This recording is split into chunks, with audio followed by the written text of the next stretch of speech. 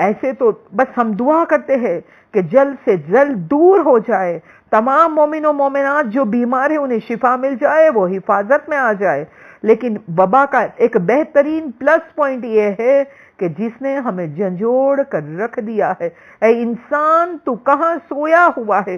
تو جاگ، تیرا مولا، چوتھا مولا اس طرح سے دعا کر رہا ہے کہ تمہیں جو ہے ایک پل کے بعد دوسرے کے لیے بھی انتظار میں نہیں رہنا ہے، اس طرح سے تم موت کی تیاری کرو۔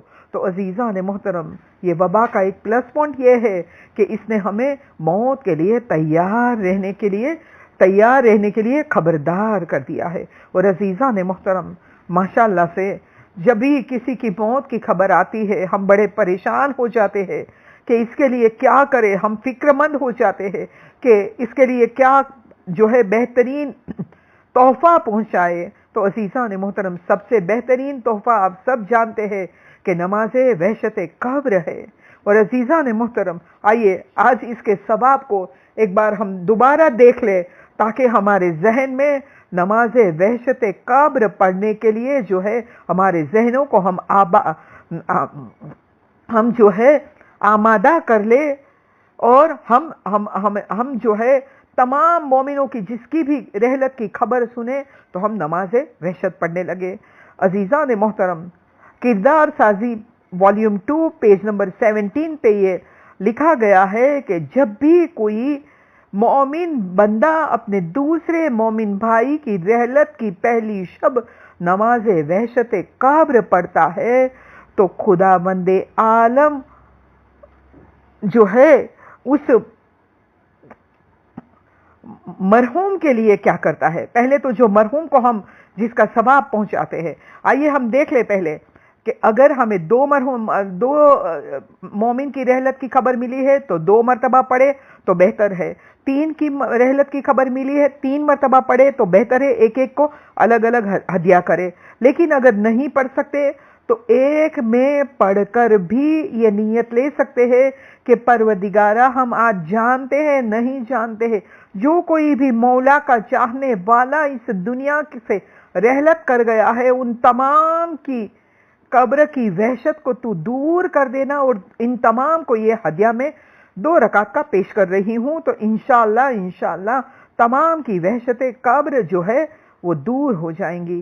تو عزیزان محترم، خداوند عالم جیسے ہی ہم 2 رکعت نماز پڑھ کے، نماز وحشت قبر پڑھ کے ہدیہ کرتے ہیں تو اسی وقت 1000 فرشتوں کو ایک لباس اور حلے جو ہے، ایسا حلہ کہ جو پورے جسم کو ڈھانپ دے، وہ دے کر میت کی جانب روانہ کرتا ہے، اور اس کی قبر کی تنگی کو سور پھونکنے کے دن تک کشادہ کر دیتا ہے۔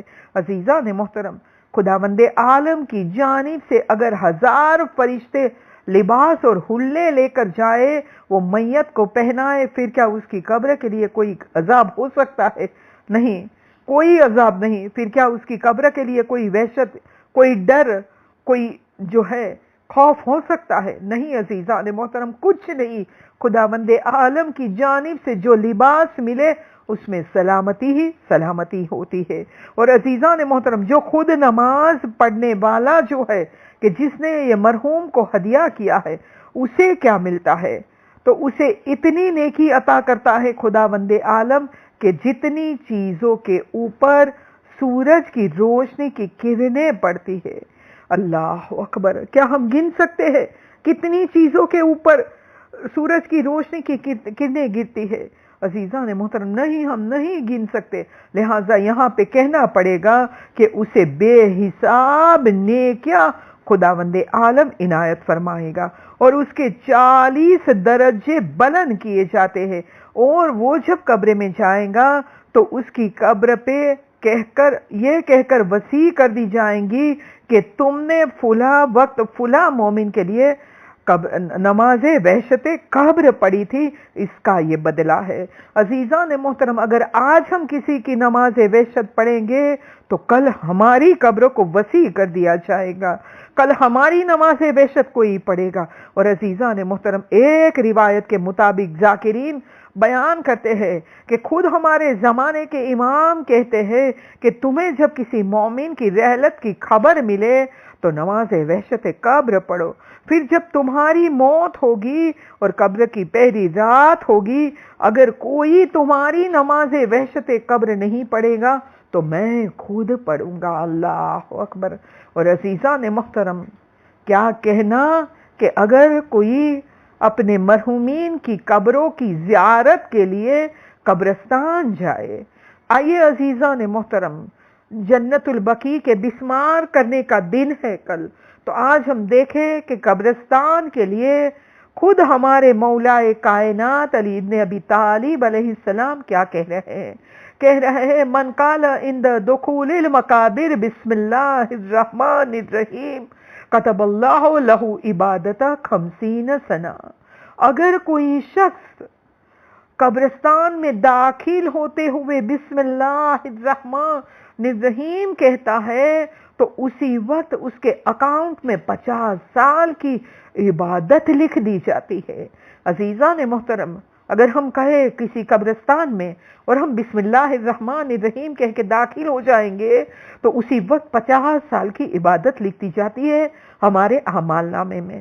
عزیزان محترم، کیا اس کا ثواب صرف ہمیں ہی ملتا ہے؟ نہیں عزیزان محترم، ہمارے والدین کو بھی ملتا ہے۔ آگے مولا فرماتے ہیں وَمَحَا عَنْهُ وَعَنْ أَبِيهِ وَأُمِّهِ ذُنُوبَ 50 سنہ۔ خداوند عالم اسی وقت مٹا دیتا ہے اس کے اور اس کے باپ کے اور اس کی ماں کے 50 سال کے گناہوں کو۔ عزیزان محترم، ایک شخص جانتا ہے قبرستان میں بسم اللہ کہہ کر داخل ہو جاتا ہے تو اسی وقت اسے 50 سال کی عبادت بھی مل جاتی ہے، اس کے اکاؤنٹ میں آ جاتی ہے، اور اس کے والدین کے 50 سال کے گناہوں کو خداوند عالم معاف کر دیتا ہے۔ یہ ہے احترام قبرستان۔ عزیزان محترم، اتنا زیادہ ثواب کیوں دے رہا ہے خداوند عالم؟ اس کی وجہ یہ ہے کہ لوگ قبرستان کا احترام کرے، لوگ قبروں پہ جائے، اپنے مرحومین کے لیے کچھ نہ کچھ ایصال ثواب کے لیے وہاں جا کر پڑھے۔ اور عزیزان محترم، آئیے ہم دیکھیں کہ ہمارے نبی صلی اللہ علیہ وآلہ وسلم کیا فرماتے ہیں۔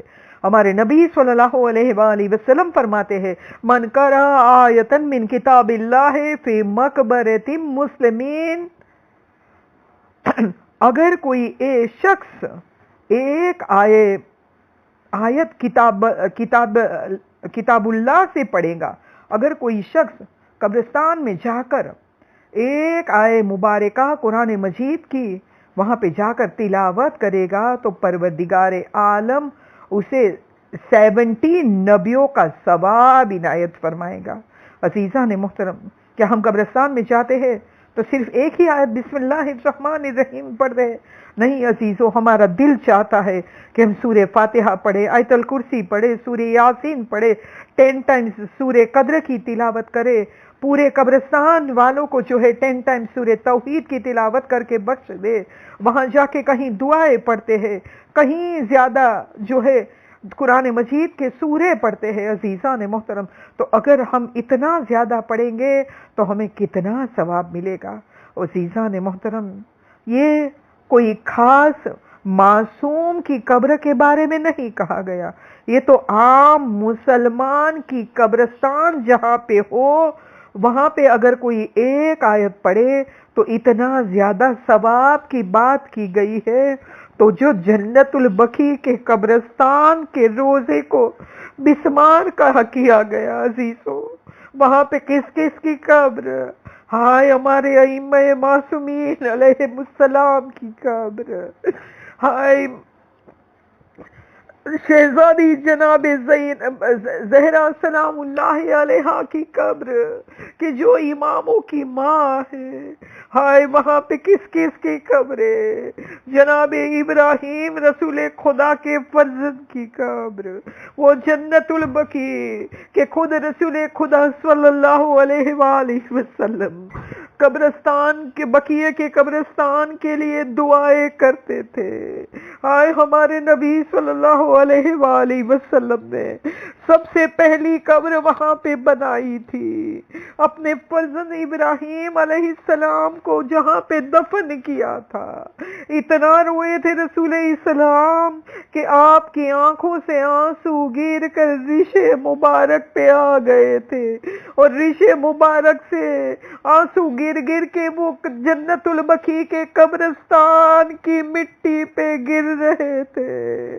آج جہاں پہ ہمارے نبی کے آنسو گرے، جہاں پہ ہمارے نبی کا پسینہ گرا، جہاں پہ چوتھے، دوسرے، چوتھے، پانچویں، چھٹے امام کی قبر، اتنا ہی نہیں، جہاں پہ ام المومنین کی قبریں بھی ہے، آج جہاں پہ فاطمہ بنت اسد کی قبر بھی ہے، مولا کائنات کی ماں کی قبر بھی ہے۔ عزیزان محترم، آج خود خداوند عالم کہتا ہے کہ اگر کوئی ایک مومن دوسرے مومن کی قبر کو تیار کرے تو گویا ایسا ہے کہ اس نے دوسرے مومن کو قیامت تک کے لیے گھر دے دیا ہو، اسی رسول کی بیٹی کے روزے کو آئے مسمار کر دیا گیا۔ پوری دنیا میں مدینے کی روشنی بہت زیادہ مشہور۔ آئے عزیزان محترم، پورا مدینہ تو جب رات ہوتی ہے روشنی سے جگمگاتا ہے، لیکن بقیع کے قبرستان میں کوئی ایک چراغ جلانے والا نہیں۔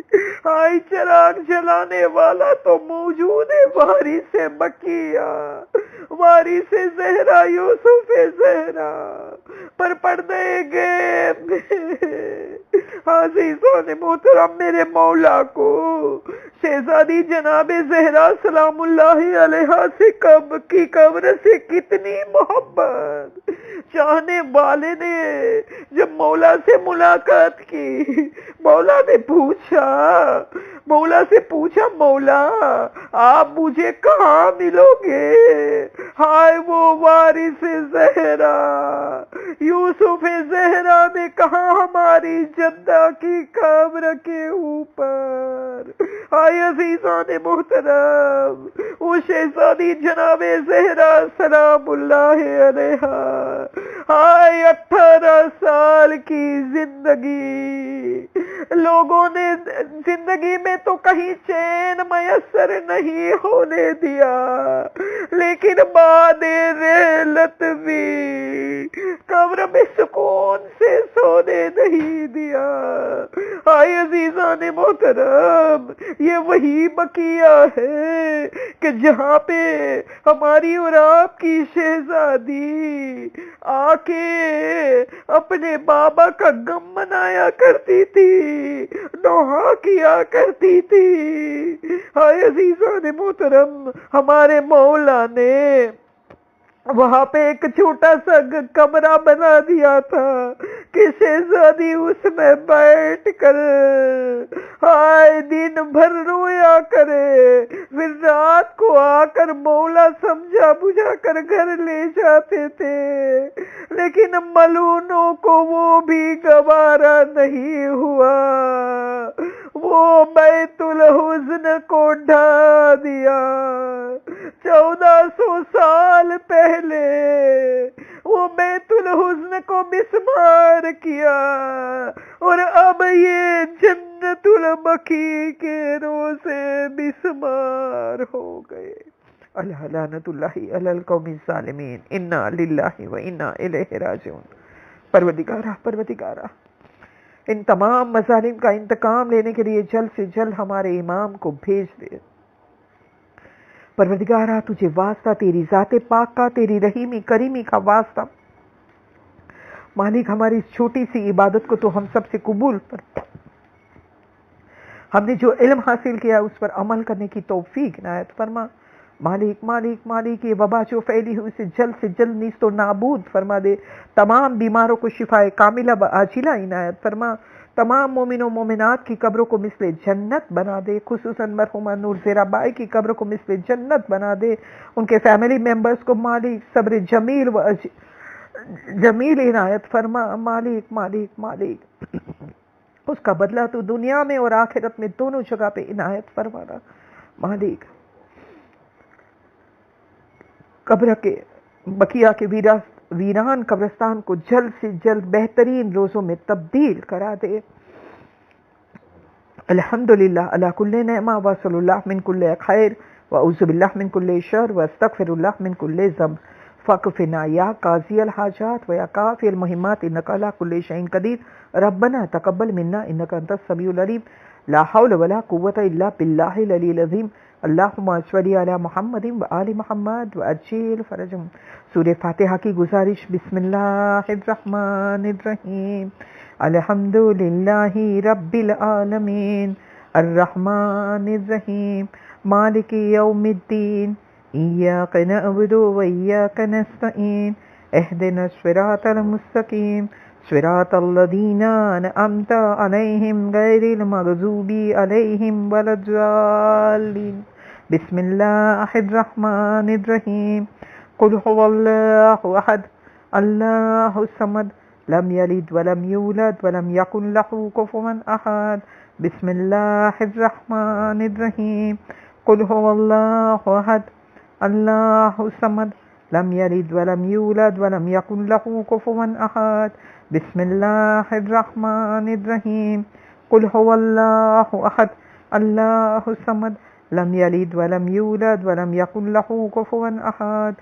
اللہم صلی علی محمد و آل محمد وعجل فرجہم۔ اللہم صلی علی محمد و آل محمد وعجل فرجہم۔ اللہم صلی علی محمد و آل محمد وعجل فرجہم۔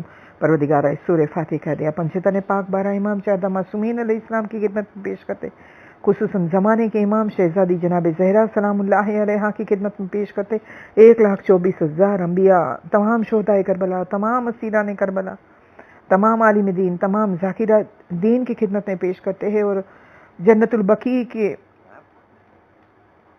قبرستان کے تمام مرحومین مولا کے چاہنے والے کی خدمت میں پیش کرتے ہیں، اور اس کا ہدیہ ہم نور زیرہ بائی کی کو جو ہے ہدیہ کرتے ہیں۔ مالک تو ہماری جانب سے قبول فرما لے، اور مالک و معبود تمام مومن و مومنات اس دنیا سے جو رحلت کر گئے ان تمام کی قبروں کو مثل جنت بنا دے، تمام مرحومین کے درجات کو بلند فرما دے، تمام مرحومین کو مالک و معبود روز محشر کی رسوائیوں سے بچا لینا، پورے صراط آسانی سے پار کرا دینا، جنت میں بے حساب داخل کرا دینا، شہزادی کی قربت میں جگہ عنایت فرما دینا۔